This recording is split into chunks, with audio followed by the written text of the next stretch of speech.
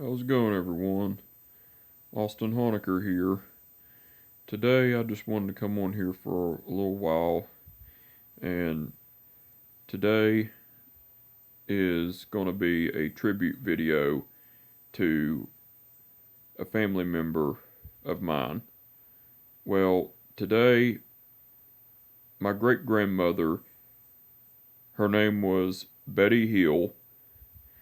She, 11 years ago on this day, my great grandmother Betty Hill passed away on her 82nd birthday. She passed away due to a stroke. And not only is today her 11-year death anniversary, but it is also her birthday. And if she were still alive, she would have been 93 years old. And I just wanted to come on here and, and tell y'all some stories and everything about my great grandmother. Well, as you know, my great grandmother, she was on my mom's side of the family. She was my mom's maternal grandmother. You know, my great grandmother, Betty Hill, was a very sweet woman, and she was one of the few out of my mom's side of the family who I really loved and cared for very dearly. And, you know, she was actually one of the few out of my mother's side of the family that actually loved me and actually cared about me. And, you know, I got to see her every chance I got. I mean, she lived pretty far away, um, from me. She lived in, before she passed away, she lived in Glasgow, West Virginia. Yeah, Glasgow, West Virginia. And that's like an hour away, something like that, about an hour or so from where I live. And every time I got to visit with her, it was great. You know, it was a great time always visiting with her because, like I said, she was always loving towards me.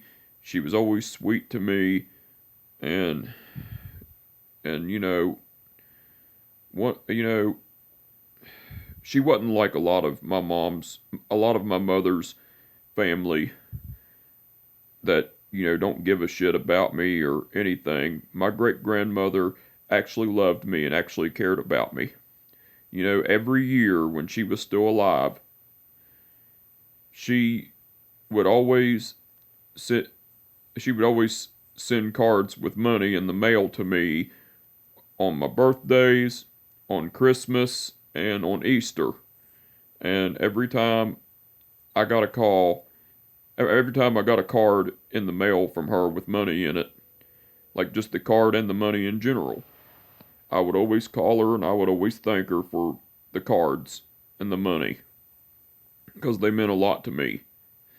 And, you know, I wished I would have got to see her a lot more than I did, but I was lucky and fortunate enough to get to spend time with her when I did. Because, like I said, the distance between us was a little over an hour, something like that. But like I said, I got to see her every chance I got, and I was lucky and fortunate to do so. And, you know, every time we talked and everything, every time we talked and every time we visited, she always told me she loved me. And I always told her I loved her too, because I did love her. I loved her with everything in me. And, you know, I was lucky and fortunate that I got to see and know her throughout her time on this earth. You know, I was 15 years old when she passed away. And even though she wasn't in my life for a long time, like long years of my life, but I'm still glad that I got to spend 15 years of my life. I'm glad I got to have her 15 years in my life. And, you know, I was blessed to know her and everything. You know, I think about her every day. I love her. I miss her. And, I remember before she died, I remember I remember the last time I got to speak with her before she passed away. Because, because she sent me I'm trying not to cry. She sent me a card with money in the mail to me on my birthday, on my 15th birthday. And I called her and I thanked her for my card. And we talked and we had a good conversation. And one thing she asked me how old I was now. And I told her I was 15, that I was 15 years old. And she said, "You're 15?" I said, "Yes, Mama, I'm 15. And she said, "Oh my goodness." She said that's hard to believe that you're 15 years old. She said, because I remember when you were just a baby. And I said, "Yeah, that's true, Mama." I said, "Time does fly." And, I thanked her for the card. I thanked her for the money. And like I said, we had a really good conversation. And before we got off the phone, she told me she loved me, and I told her I loved her too. And I always knew she was genuine and sincere every time she told me she loved me and everything, because she was a sweetheart of a woman, and she was very genuine and she would spread nothing but kindness and positivity towards me. That's just the way she was. And the thing is, my great grandmother was a religious woman. She was a Christian woman. She always went to church. And, me and her may have believed differently in religion, because, she was a Christian and I am an agnostic atheist. And, you know, just because we believed differently in religion and everything doesn't make a difference, because she was never judgmental towards anyone. I mean, there was things she wasn't for towards people and everything, because she went by the Bible, by the Holy Bible and everything, but she was never judgmental towards you for your beliefs and everything. She accepted you and loved you for who you were. And that's the kind of people you need in your life. People who will love you, people who will care for you, and no matter what your beliefs are or what you do in your life, you need people in your life who will love you, who will care about you, who will be there for you through every obstacle of the way, and who will not judge you for anything. And my great grandma was exactly that. She loved you, she loved me and cared about me, and she never judged me for my beliefs or anything. And it's just hard to believe that she has been gone 11 years. It just doesn't seem unreal. And I remember the day she passed away to a T, because me and my mother, we don't have a good mother-son relationship at all. But my mother texted me the day that my great grandmother passed away, and she let me know that my great grandmother passed away. And when I got the news that my great grandmother passed away, it was really hard. Like, I broke down and cried pretty much the whole time, and it was just hard for me to believe. And I remember a 2 days before she passed away. Um, she got up, you know, and she always done a morning prayer and a nightly prayer. But like when she got up out of bed, she'd pray, and then when she'd go to before she'd go to bed, she'd pray. That's just like because that with her religion and everything.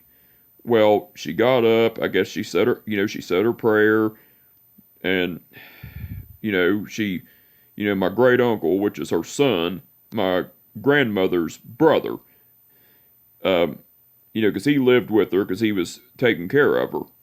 Because where my great grandfather, which was my great grandmother's husband, passed away 17 years before she did.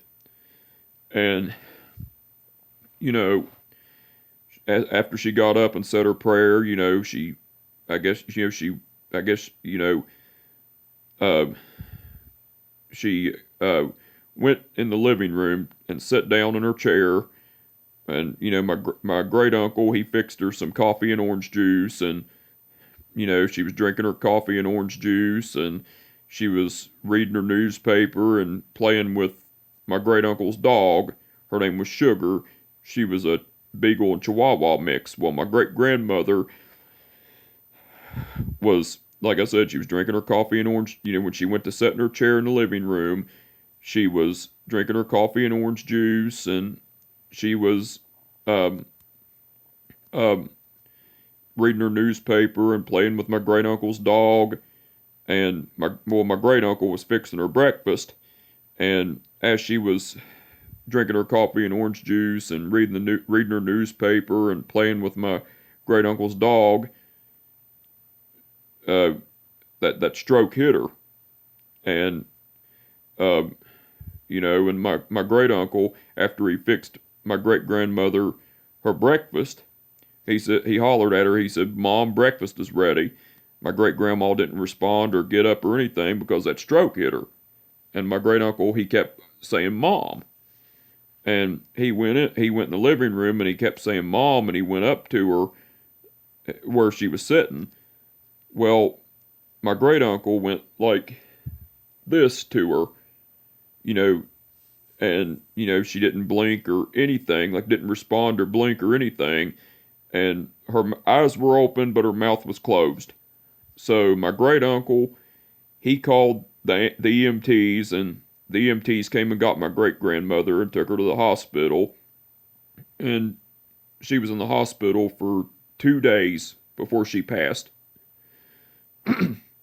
you know I'm glad that she only had to suffer for 2 days, because if she'd had, because it was better for her to go the way she did, just just having to suffer for 2 days and not for longer than that, you know.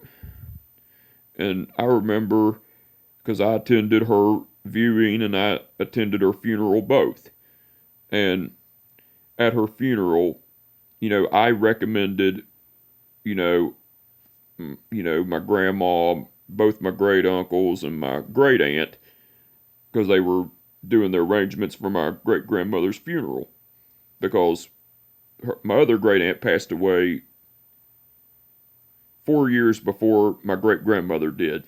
Well, my grandmother, both my great aunts, my grandmother, both my great uncles, and my great aunt, I recommended them to play "I Can Only Imagine" by Mercy Me for my great grandmother's funeral. Because where she was a Christian woman and went to church and everything, uh, and they followed my request and played it for her. And I did break down and cry at her funeral and her viewing both. Her viewing and funeral both.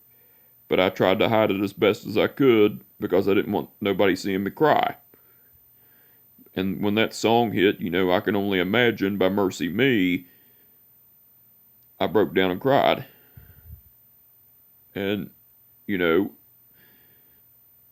and, you know, it, you know,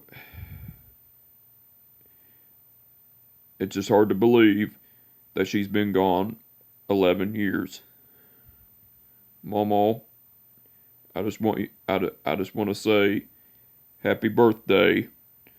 I hope wherever you're at, you're having a good birthday. I love and miss you so very much, Mamaw. And like, I love and miss you every day.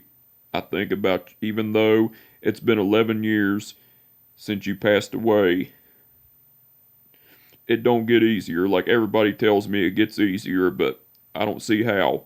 Because it don't. Because I still love you and miss you, and I still grieve over you now as I did when you left this world. And again, happy birthday, Mamaw. I hope you're enjoying your birthday wherever you're at. I love you and miss you forever and always. And I will love you and miss you until we meet again. I love you, Mamaw. Happy birthday.